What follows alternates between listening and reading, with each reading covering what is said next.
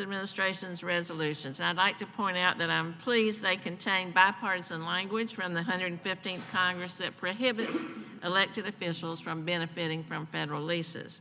I also support the new language which requires the GSA to consider environmental impacts when they are conducting lease procurements. I want to thank Ranking Member Meadows and the subcommittee staff for working to put this package of 20 together.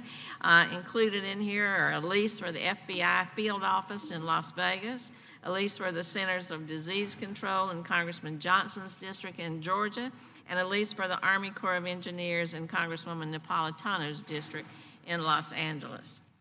I would like to inform my colleagues, however, of one specific lease that was intentionally not included in this markup, and I'd like to explain why in case there's any question.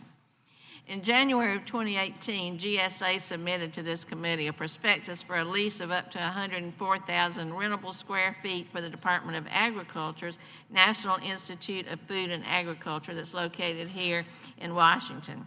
However, in August of 2018, before this committee had considered that prospectus, USDA issued a request for expression of interest, RFEI, for potential sites to relocate NIFA and another agency, the Economic Research Service, out of our nation's capital.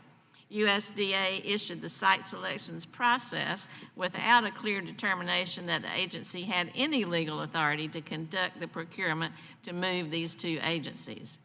During a recent agriculture appropriations hearing on the FY20 budget, Chairman Bishop told USDA Secretary Perdue, "I still do not agree that this is a good decision. It doesn't make any sense, and it seems to be a solution in search of a problem." He continued, "How in any way does it make budget sense to move ERS and NIFA outside of DC where there is rent-free space here and it's available?" Because of that and other comments that have been made about some of the economists who are fleeing USDA because they believe their decisions have been targeted and that's why the buildings are being, or the agencies are being moved, I have a number of questions and concerns about how this process started, why it started, and how it will proceed. I'm not alone. You can see the story here if you haven't already read it.